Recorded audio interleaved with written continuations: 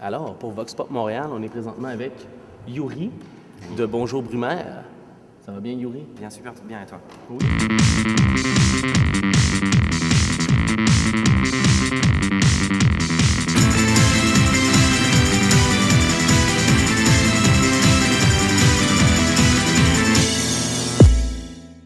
Hey, bonjour tout le monde et bienvenue à Vox Pop Montréal. Cette semaine, on vous présente un groupe dont vous avez peut-être déjà entendu parler, Bonjour Brumaire. Ils vont lancer leur premier album en mars 2008, un des albums les plus attendus de 2008. On en entend pas mal parler dans les blogs. Radio-Canada ont fait jouer pas mal une de leurs chansons. On est venu rencontrer Yuri, le chanteur du groupe, à son studio. Il enregistre en ce moment les guitares, donc on va aller voir s'il est prêt à faire sa petite entrevue.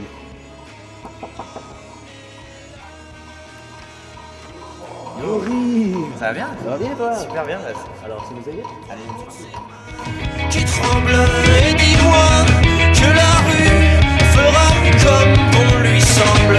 Apprends-moi à ne plus voir toutes ces mains qui semblent vouloir fondre sur nous.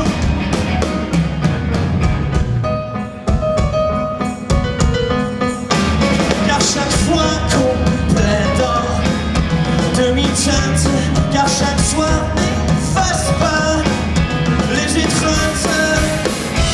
C'est ce qu'on a oublié ça, c'est ce qu'on a oublié ce qui nous croit. actuellement dans un building à De Gaspé, Saint-Laurent, pas très loin de ça, le studio des Breastfeeders, le studio qui s'appelle Machina. Là, on est en train d'enregistrer les parties de guitare de notre album, Un album qui va sortir quand? qui va sortir au début mars.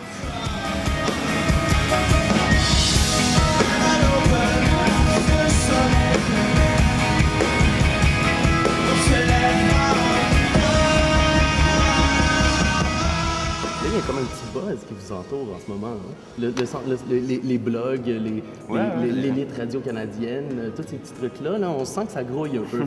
Comment tu trouves ça? Il y a peut-être rien d'autre, c'est pour ça, je sais pas, c'est peut-être la seule alternative, j'en sais rien. Non, c'est super flatteur. J'essaie de pas trop porter attention à ça parce que ça me mettrait une fausse pression. Là. C'est ça, mais est-ce que tu la sens un peu? Oui et non, j'essaye de l'oublier en tout cas. Ce qui est important quand tu fais un show, c'est que justement c'est un show, c'est quelque chose d'assez visuel. Si les gens voulaient juste écouter la musique, ils iraient acheter le CD ou le télécharger, après ça les regarde. Et il y a aussi une espèce d'expérience visuelle. Moi j'ai toujours trouvé ça intéressant d'aller à un show puis de voir un groupe qui se fait plaisir, qui bouge un peu sur scène, qui change quelques petits trucs dans les morceaux, qui fait un chœur différent, qui fait une partie de chant différente, tu sais, où tu sens une espèce de communion entre les guitaristes avec le clavier, les drums. Tu sens qu'il y a vraiment quelque chose qui bouge, qui est très vivace.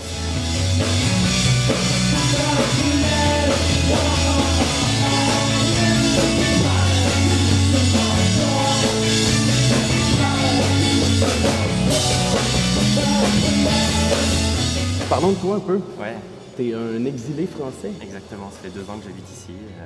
C'était un peu mon rêve en fait de venir habiter à Montréal. J'avais eu l'occasion de jouer quand j'étais un petit peu plus jeune. J'avais joué avec un autre band ici et puis j'avais trouvé ça super, les gens très ouverts, accueillants, la ville incroyable. J'ai dit un jour il faut que je déménage ici. Et puis il y a 2 ans j'ai pris Paris. Quand tu es arrivé à Montréal, tu trouvais qu'il y avait beaucoup trop de Français. C'est toujours ce qu'on se dit, on se dit toujours ça. Maudits français là, ils sont partout dans le bus, dans le métro. Non, je fais pas attention à ça, je m'en fous en fait. Je sais que c'est plus les Québécois qui sont comme français. Non, on vous aime bien. On vous aime bien. Sans nous, il y a moins d'anglophones. Nous a fait trembler, a plongé nos corps en jachère, comme d'anciens amorcés par une éternelle lumière. C'est ce qui nous aura fait dire non, je n'ai jamais voulu ça. Et nous a pourtant vu vieillir en faisant de nous des absents.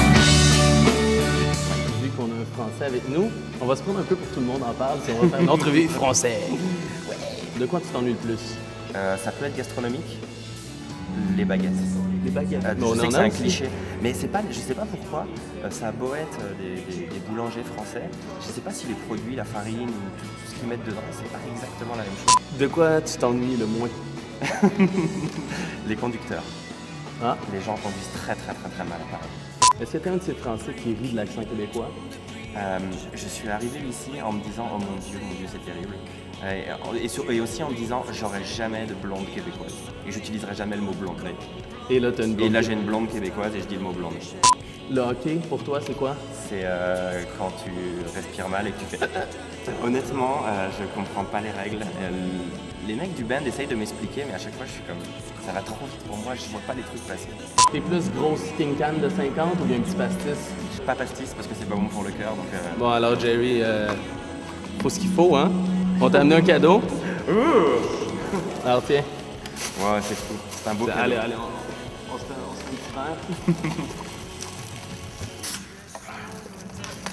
Santé, Santé, Yuri. merci beaucoup, Baz. Aux Québécois en toi. Exactement. Les Santé. Français qui s'en vont au Québec au Québec. Ciao, merci beaucoup. Qui nous prennent par la main, nous entraînent aux confins des mondes quand vient la nuit.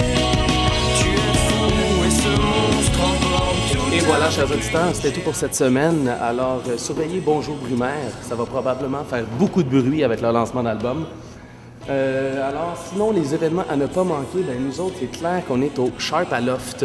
Sharp à Loft a décidé de faire une soirée hommage à Love Story. Ouais, à Love Story. On est des fans, on l'admet.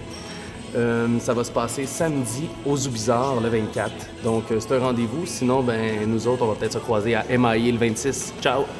Nous vivrons comme des chiens qui filent tout droit sans regarder au loin.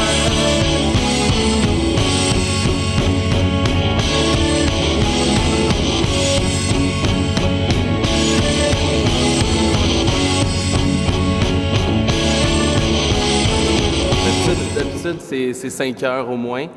Jamais avant 5 heures. Il y a des règles fixées pour l'alcool? Ben ça, c'est quand t'as un problème. La règle que je connaissais, c'était midi, ou quand tu commençais à boire avant midi, t'avais vraiment un souci.